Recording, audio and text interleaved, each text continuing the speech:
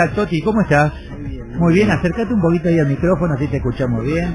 Ahí está. ¿Bien? Bien. Bueno, bien. Caminando mucho el conurbano, ¿no? Como siempre. Sí, como siempre, y ahora un poco más, tomando contacto con la realidad, preguntando y viendo las cosas como para tener idea de la realidad. Y te decía que en este año que pasó he visto muchos lugares que no tenían idea del nivel de pobreza estructural que había.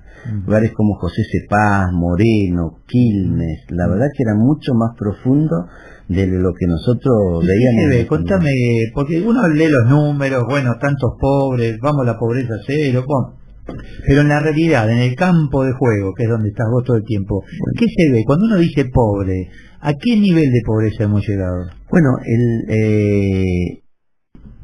a un nivel en donde en los municipios, como el caso de Moreno, hay asentamientos que no tienen agua, cloaca ni luz, es decir, las luces son que se enganchan de alguna línea del alumbrado público y lo llevan a ese asentamiento. De hace 3 o 4 años que lo habían traído como que ahí iba a ser un plan federal de vivienda, algunos punteros inclusive le cobraban 4 o 5 mil pesos a los vecinos que iban a estar, y lo dejan en medio de un basural, por ejemplo, ahí en Villa Asma, como dicen en Moreno. Y después personas que fueron perdiendo el trabajo, qué sé yo, en Esteban Echeverría, Laura, que estuve estos días, la semana pasada, que había estado estudiando abogacía, que de pronto tuvo problemas con el marido y se tuvo que separar e ir, y termina con 4 hijos viviendo también en un asentamiento en medio de la pobreza, pero con la claridad, digamos, de una persona que tenía perspectiva en la vida. Sus hijas también, digamos, no, también con esa claridad. Ese es el nivel de pobreza estructural que uno ve, ¿no? Y dadas esas circunstancias, ¿no? Porque estamos hablando de esto multiplicado por... Sí, digo casos, pero... de esto lo multiplicás y familias y el interior también. Y el interior de la ciudad. El fenómeno más complicado para entender es que este fenómeno de una periferia que tiene estas características se dan en ciudades donde han crecido, que han tenido en los últimos años un ritmo de crecimiento, y se forma una periferia, con lo cual yo no tengo ninguna duda que fue hecho exprofeso para instalar lo que llamamos la cultura del conurbano, es decir, en esa ciudad también. El Gran Mar del Plata, terrible. Pinamar, Gesell, tenés el Gran Pinelocén, de todo. Esto se ha dado, lo que era el Gran Rosario, el Gran Rosario, Concordia, otra ciudad que también hemos ido, bueno, y hay otras ciudades más chicas que cuando a vos te hablan de pobreza, vos decís quiero venir acá a vivir, son, viste, el égido de esas ciudades, digamos, no de gente que no tiene. Ahora, cuando esta gente dice yo soy pobre, bueno, muy bien, ¿cómo salimos de esta situación? Sin tener que levantar la banderita y te doy un choripán o te doy 2 mangos, te llevo en el colectivo y traigo.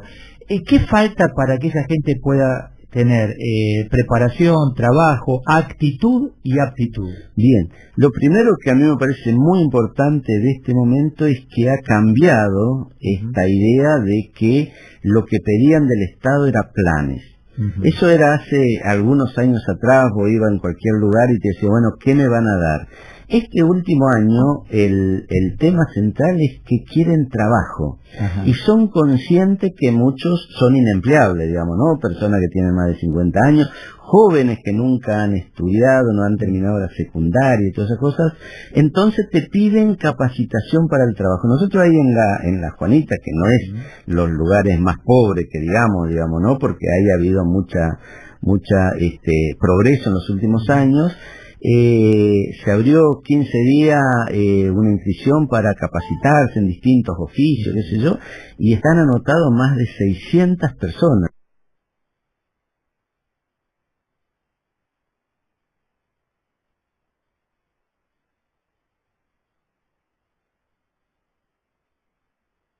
Que son para la empleabilidad dependiente en una empresa, qué sé yo, pero también tiene mucho de empleo independiente, digamos, ¿no? Plomero, electricista. Se está haciendo una capacitación sobre refrigeración, por ejemplo, que tienen 60 inscritos en un barrio.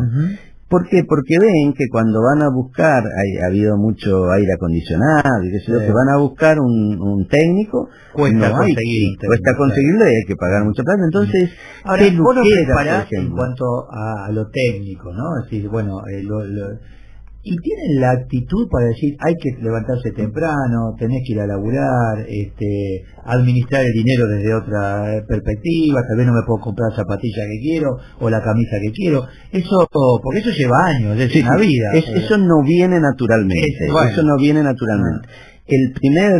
Nosotros también tuvimos el año pasado ahí una capacitación sobre empleo joven. Lo que le enseñaban fundamentalmente era esta cuestión de cómo es el trabajo, la responsabilidad, el horario, por qué uno tiene que ser conducido, es decir, una tarea que antes vos lo hacías en el propio taller, digo yo, esta curva de aprendizaje se hace en estos cursos. Pero para mí esto también lo hemos estado hablando con el ministro Triaca hace algunas semanas que estuvimos conversando. Es necesario que esa curva de aprendizaje que antes lo hacía la empresa, y por supuesto tener que disponer que era el aprendiz, de eso, hoy tiene que ser ayudado por el Estado, y ellos están buscando una política que converjan esas dos necesidades, que el Estado le dé, por ejemplo, a la empresa el plan social, los 4.000 pesos que ganan del plan social, por ejemplo, Argentina Trabaja, y que la empresa durante un tiempo, un año, qué sé yo, le pague la diferencia como para llegar a un salario de convenio. El plan Trabajar de Atanasov, mirá lo que te estoy... Era así, en contraprestación, el contenido. Pero nunca se logró. No. Pero yo creo que esas buenas intenciones que muchas veces están en esto, qué sé yo tengo un enorme respeto por Daniel Arroyo, digo, y un plan que había surgido que era... manos a la obra. Manos a la obra cuando era ministro. A mí me pareció genial porque le bajaban máquina a la gente. Y yo decía, genial, eso es lo que se necesita para panadería, para taller de costura. El tema es que lo hacían de manera clientelar, le bajaban a los punteros. El puntero no le interesa tener un emprendimiento porque va sacando de otro lugar, entonces vendían las máquinas. Aquellas mujeres que a lo mejor lo querían hacer andar al emprendimiento no tenían capacitación. Yo mismo le iba a enseñar ahí en el barrio cómo se enhebraba una obra, lo iba algo tan elemental, porque la que trabaja en la fábrica, que es overloquista, ella trabaja. Después tenía trabajo a fazón en casa. Claro, pero para eso tenés que saber enhebrar la obra, lo que tiene varios hilos, digamos. Entonces tenés que saber. Eso no le enseñaban. Entonces terminaba siendo un fracaso. Buenas intenciones que, tomado con la lógica del clientelismo, yo creo, y vuelvo a repetir, el gran mal que tiene para salir de esto es la política clientelar. Y eso está instalado en casi todo. A ver, es que en algún momento yo pensé, digo, hay tanto clientelismo, la fábrica de pobres, en el Gran Buenos Aires, que hasta si aparece una oportunidad de trabajo o de oficio, etcétera, no le deben comentar, cosa que la gente no se entere. ¿Es cierto? Es verdad, por eso no incentivan a esto, porque hay muchos programas que están ocultos, que tiene el Estado, pero lo más fácil es dar el plan y te tienen de rehén. ¿Por qué? Fíjense que también la Argentina Trabaja era un proyecto que unía el tema de la capacitación, porque era capacitación para el trabajo, y otro tema organizacional muy interesante que eran las cooperativas. La idea estaba buena. El tema es que cuando se lo utiliza de manera clientelar, se da a las organizaciones sociales o a los punteros. Y quien hace la planilla de presentismo para llevarlo a desarrollo social es el puntero o el de la organización social. Entonces le dice, ¿cuál es la contraprestación? Porque si falta 3 días, creo, por mes, te descuentan 800 pesos. Para los 4.000 y pico que ganan, es mucha plata.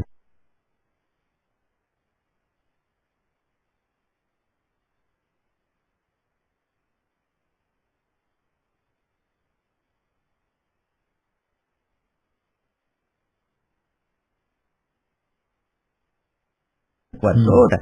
Entonces, el tema era que eran 3 días de marcha en la misma semana. Si dice, me enfermo un día, pierdo 800 pesos. Tengo que ir, se descompuso acá, qué sé yo. Y esto es permanente, digamos, ¿no? debería, y esto lo tenemos que hablar también, yo voy a ver si tengo una entrevista con Matías Kelly para comentarle esto, para que sea el propio Estado el que también directo, que sea, que tenga mecanismo directo, porque esto es lo que está esperando, y yo creo que la gente hoy está cansada de que lo usen, está cansada de que venir a las marchas y todas esas cosas, y está buscando algo distinto. Porque en el otro extremo, que es quien emplea, acá, cada vez que aparecen los datos de pobreza, que no hay trabajo, te digo, bueno, a ver, llamame al presidente de la Cámara de Taxistas. ¿Qué tal, Enrique? ¿Cómo le va? Bien, muy bien. Cuénteme cómo está el tema peón de taxi. Necesito y no consigo. Es así. Pero es así, llamo a los panaderos. Me dice, necesito, presidente, vos lo que conocer, a Majori, Emilio Majori. Bueno, digo, necesito, pero desde el básico, ¿ves? Y no consigo. Viene un día, vienen dos, el tercero faltó, no viene más. Eso es ya, no sé, ya es en una educación, insisto, lleva tiempo. Eso porque se ha instalado una cultura en los... Mire, hace muchos años que conversamos y usted me preguntaba, la cultura del trabajo, yo decía, no, todavía está. Hoy le tengo que decir que hace algunos años que veo cosas distintas. Los jóvenes fundamentalmente no saben ni siquiera por qué tienen que llegar a horario. No es solamente que tienen que trabajar, la producción, la productividad del trabajo, la posibilidad de ganar mejor. ¿Por qué? Porque ha habido un proceso cultural donde ya no hay incentivo para una vida mejor. Lo peor que ha dejado el kirchnerismo, que le ha quitado al pobre la idea del ascenso social, cosa que teníamos nosotros. Yo trabajaba en una empresa y sabía que mi hija iba a la secundaria, terminaba la facultad, se hacía profesional y yo era de clase media. Y la aspiración de estar en clase media no tenía ningún... Que el hijo supera al padre. Pero todo eso estaba como instalado como algo bueno. En estos sectores se ha instalado una cultura de la marginalidad. Yo estuve en La Plata, donde un referente social ahí me presenta a dos pibes que estaban trabajando, y le pregunto, ¿y por qué querés trabajar y no estás en la esquina? Me dice, no, porque estamos cansados de la violencia, que nos lleven presos. Uno muy joven dice, tengo mi novia, está embarazada, quiero trabajar. Y le digo, ¿qué te dicen los otros pibes? Ah, no, dice, yo casi no voy más a la esquina porque me dicen gil laburante, gato, Es decir, hay como una cultura donde se reivindica la marginalidad, digo, y eso me parece que es lo sustancial que ha cambiado, y eso tiene que ver con los programas sociales. Vamos a las noticias y sigo charlando aquí con Toti Flores. Estoy hablando, es muy interesante Toti Flores, estamos charlando de distintos temas. El trabajo y la actitud que se hace, mucho tiene que ver lo que pasa en casa, ¿no? Mamá y papá, o mamá o papá, como sea. Sí, sin lugar a duda, el proceso de enseñanza-aprendizaje no es solamente en la escuela, sino que también tiene que estar en la familia, y ese es el trabajo que se debe hacer. Los cambios que han habido ha sido muy importante hoy ya como parte de una cultura. Yo creo que tengo también mucha esperanza, y en esto está trabajando fuerte Desarrollo Social con el programa de Ellas Hacen y otros que tienen que ver con la mujer, digamos, ¿no? Cómo hacer para que sea la mujer un poco quien sostenga toda esta idea, puede transmitir a los hijos. Hoy los jóvenes no tienen ni idea de lo que es el trabajo, y hay que empezar a capacitarlo para que lleguen más o menos a horario, digo, y porque no entienden que en una empresa que tiene una línea tienen que estar todos, porque si falta uno, la línea no arranca. Bueno, esas cosas. Y que hay que obedecer al gerente, al jefe del área. Este es otro tema, ¿no? Cuando uno va a buscar, hay que enseñarle a ir a buscar trabajo, que vaya más o menos ordenado, porque si un gerente lo ve, no lo conoce, y va con todos los pelos desparramados, o le dice, che, fierita, por supuesto que va a ver que este chico no lo va a poder dominar. Así que ese proceso es necesario, y hay que intervenir. Hoy se permite que vayan con gorra o mal vestido, etcétera. Cuando vos vas a trabajar, No, claro, yo creo que ya en la base, en la escuela, eso no lo tenemos. el centro de este proceso de cambio, primero negativamente se da en la escuela, cuando la escuela es absolutamente permisiva, y por supuesto que yo no estoy a favor de una escuela represiva, pero digo, hay que encontrar un equilibrio de qué es lo que educa y qué es lo que no educa, digamos, ¿no? Si no es simplemente represión. Cuando no hay una actitud de los docentes y un ejemplo de los docentes de las cosas que están bien y están mal y lo que tiene que hacer, ese joven no se puede realmente tener un parámetro de valores. Y en algunos lugares, en los lugares más pesados, más duros, en algunos barrios, los docentes consideran que nuestros niños son ineducables, porque de chiquito, de alguna manera, es una familia que tiene el padre preso, que la madre es joven y no tiene el cuidado de los hijos, que la abuela no puede hacer, y por lo tanto se crían como pueden, y a los 6 años ya contestan a la maestra, son NBI, y entonces dice el maestro, y acá no puedo hacer nada. ¿Cómo no puede hacer? En necesidades básicas insatisfechas de muchos niños, y entonces solamente aparecen como que es importante el comedor. Yo cada vez que escucho a algunos dirigentes sindicales decir, tenemos que tener los comedores en la escuela, me indigna, porque el comedor puede ser un comedor en la escuela, y yo le digo, está bien, pero para que te enseñen cómo se procede educadamente en una mesa, no para tirarle un plato de comida mientras las maestras se van a descansar, ¿no? ¿Van muchos chicos a los comedores? No, hoy lo que nosotros estuvimos verificando es que no hay mucho más de lo que había hace algunos años. Hay algunos comedores que funcionan, que son los tradicionales, que tienen a algunas familias que van siempre. Se había instalado a principios del año pasado de que había mucha demanda, es verdad, había aumentado también por contagio esto de que, bueno, hay que ir a los comedores, por entonces ayuda un poco al salario, pero hoy directamente no hay eso. Lo que sí hay mucha demanda es de trabajo. De trabajo, eso donde salí, en los timbreros. Ahora, si me decís que los jóvenes, los que tienen que salir a laburar, no saben qué es trabajar, etcétera, tampoco saben ganarse un par de zapatillas, ganarse una bicicleta, le lleva primero el esfuerzo y después como objetivo a cumplir es tener las zapatillas, si las tienen ya. ¿Cómo lograr esa concientización? Bueno, primero hay que laburar, después te la ganás. A mí me parece que es muy importante acá la actuación del Estado. Primero que hay algunos programas como Empleo Joven que le enseñan cómo hacer un currículum, cómo ir a hacer una entrevista, en la importancia del horario. Van, sí, se sostienen, digo, que eso es lo interesante. Le enseñan también a trabajar en grupo, cómo se levanta la autoestima, digamos, porque hay mucho de esta cuestión de nunca voy a llegar, o qué sé yo, el ¿viste? resentimiento que se El resentimiento también, todo eso y esto es rol del Estado.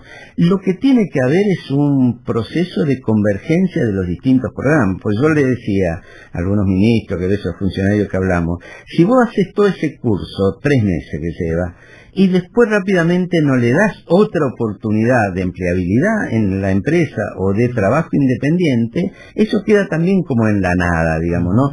Tiene que haber convergencia de continuidad en estos programas. Y el que a mí más me gusta, que creo que tiene que salir por ley, que están trabajando en eso, es esta política de ensamble. ¿Cómo va a ser con la Argentina? Trabaja, por ejemplo, capacitarlo para el trabajo específico y que una empresa lo tome por un año.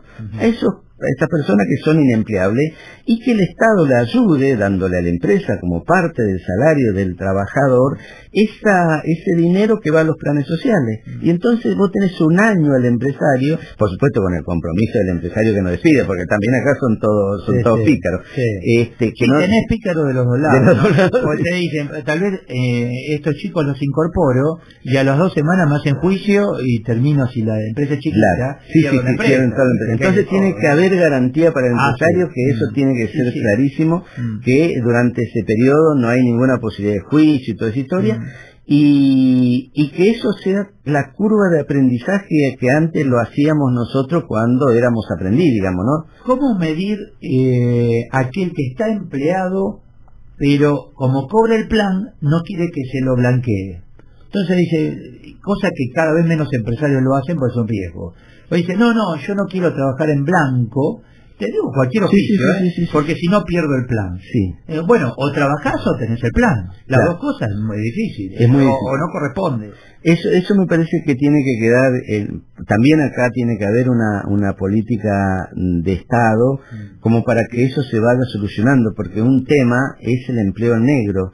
A mí me parece que también en esto tiene que haber un compromiso del empresario de no tomar gente en negro, asumiendo el riesgo a lo mejor de cambiar algunas leyes para que tenga un tiempo determinado, que no sea posible el juicio, digamos, ¿no? Sí. Que tenga un tiempo determinado para si lo puedo tomar 6 meses, un año. Aquel que tiene el plan y dice, bueno, conseguí trabajo en un lavadero de coche, perfecto, pero quiere el plan y quiere trabajar en el lavadero. Entonces, si ya conseguiste el trabajo, el plan quedó para otro. Quedó para otro. Eso debería ser así, y lo que a mí me parece que sí, por las dudas, como no hay confianza en que lo tome para toda la vida, Claro. tener la posibilidad de volver al plan Está bien, subsidiado, sí, está Eso bien. sí me parece, pues entonces sí vos generás, si hay crecimiento económico, de alguna manera se achica ese presupuesto que va para los subsidios y terminás generando otras posibilidades. ¿Qué requisitos tiene que reunir una persona, una familia para recibir plan? Bueno, hoy casi hay algunos requisitos formales, pero que no se cumplan. Cualquiera que no esté empleado, que no tenga sustento, que no tenga bienes que de alguna manera impidan 3 casas, qué sé yo, hay locuras que dicen ahora, digamos, ¿no? Que hay un monitoreo. A mí me han llevado algunas denuncias de algunas personas, me dicen, no, pero me sacaron el plan. ¿Y por qué? Y dice, bueno, porque yo no sé muy bien, yo recibía antes.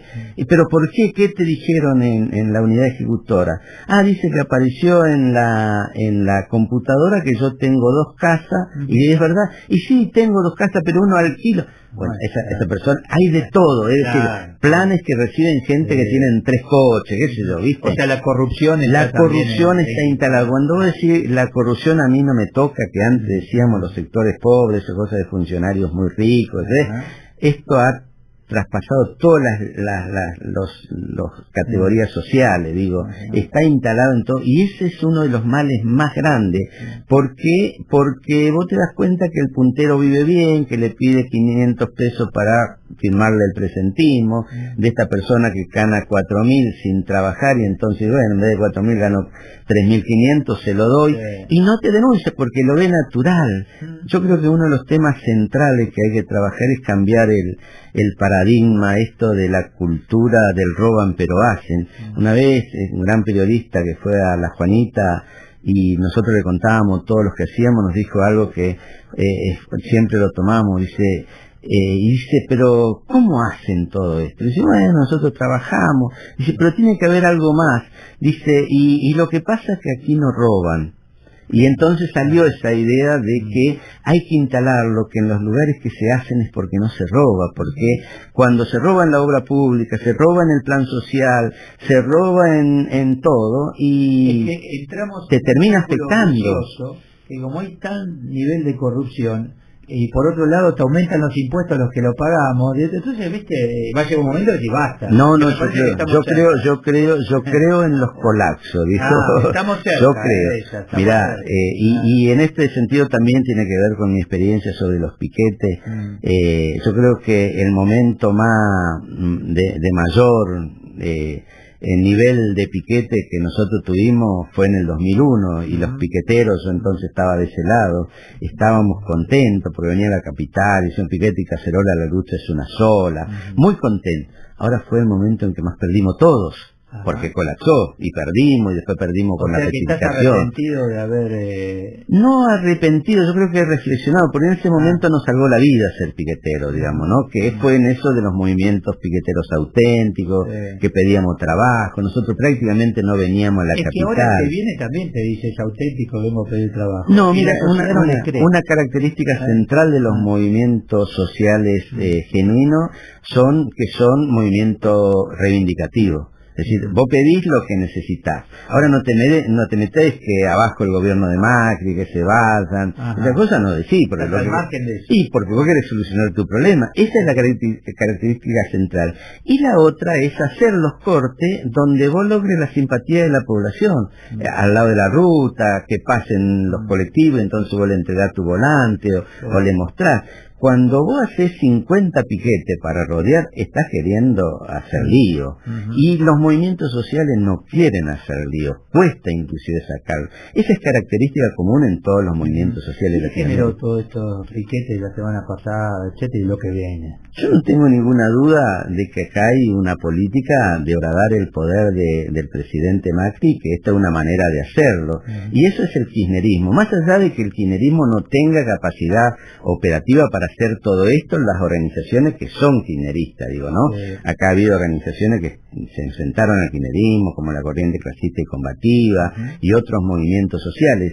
Pero el kirchnerismo tiene una gran capacidad de lograr hegemonía en esos movimientos, es decir, te lleva puesto, digamos, detrás de la política. Bueno, le ha pasado a algunos, a la CGT era increíble, yo cuando veía no podía creerlo. Bueno, eso lo logró el kirchnerismo con un sector que lo conoce bien, y también en el Parlamento con la discusión sobre el impuesto a la ganancia, que lo llevó, el kirchnerismo lo llevó de atrás de todos, a todos los bloques, a un mayoritario que estaban cuando trabajando bien. El presidente dice, vamos hacia la pobreza cero. ¿Qué siente el pobre? ¿Le cree?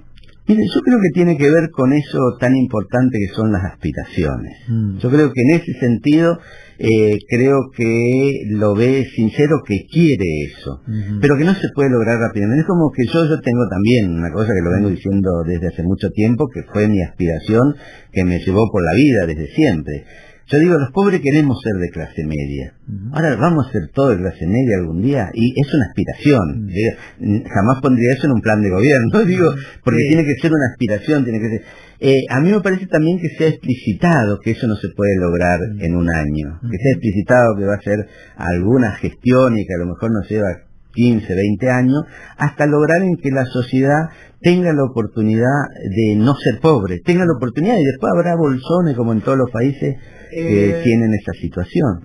Siempre pensamos en el que menos tiene, el que no tiene, etcétera, y en el otro extremo tenés a la clase más pudiente, el rico. Poco se le da a la clase media, y es el motorcito. Sí, yo creo que es el motor, Yo creo que ese es el tema central de un país como Argentina, que tenía una poderosa clase media, que lo hacía ser el país con mejor educación de Latinoamérica, que lo hacía ser el país con gran riqueza en lo humano, que era requerido por el mundo, que es lo que se fue perdiendo. Porque, perdón, ser clase media no es solo en lo económico. No. Ser clase media significa mucho más. Pero mucho más aspirar, trabajar 12 horas para hacer terminarte la casa, hora extra para tener tu coche. Esa era la clase media, digamos, ¿no? Esa es la que yo quiero, digamos, ¿no? Porque tiene que ver con la cultura del esfuerzo. Esta degradación a partir de esta política del subsidio fue degradando en todos los estamentos sociales. Se ve nítidamente en los sectores pobres, el plan social, la bolsa de comida, el plan trabajar, pero también en los sectores medios les fueron dando algunas cosas desde el Estado para capturarlo como cliente de la política. Eso es el aumento, el no aumento del subsidio a la tarifa en Capital Federal. Eso también es clientelismo. Y en los sectores altos también, el empresario que no quiere arriesgar hasta que el plan económico no diga que va a tener determinada rentabilidad, de alguna manera, está generando también esa cultura del que el Estado me pueda garantizar tal cosa. No arriesga como emprendedor, no empieza a ver un país donde si apostamos todo y estamos todos juntos podemos salir, y si no vamos a seguir en la degradación. Tenemos que sentarnos a la mesa, y realmente sentarnos a la mesa, y que no quede nadie afuera, y podemos ir a un país distinto. Sin duda. Por eso no te pregunto sobre política, porque falta todavía para las elecciones. Me parece que falta todavía, ¿no? Y yo creo que el tema hay que aprovechar y no llevar al terreno de la política partidaria, donde siempre la cultura de el tratar de sacar ventaja está instalada, y entonces empezar a discutir como país. Yo nunca me voy a olvidar una charla que tuve con Fernando Enrique Cardoso una vez, y le pregunto, ¿por qué Brasil él puede tener política de Estado y en Argentina no. Él es un diplomático y me dice, yo no me puedo meter en el tema interno de ustedes, que se da una vuelta, le responde a otro, y al final dice, te puedo decir algo, dice Totti como respuesta. Yo creo que en Brasil hasta los políticos amamos a la patria. Claro. Y eso me parece que es interesante. Esto hace algunos años atrás, hoy... Y así todos tienen sus problemas. Así es. Pero yo recuerdo una mesa del grupo de empresarios, uno de Brasil y el otro de Argentina, la misma mesa de directorio. Cuando hablaba de argentino, decía, yo en mi empresa estoy elaborando semejante, yo en mi empresa soy exportador, yo... Cuando empezó a hablar el brasileño, nosotros, en Brasil, listo. Claro, esa es la diferencia. Gracias, Totti. No, gracias. Totti Flores. El locutorio. Conexión directa a la información.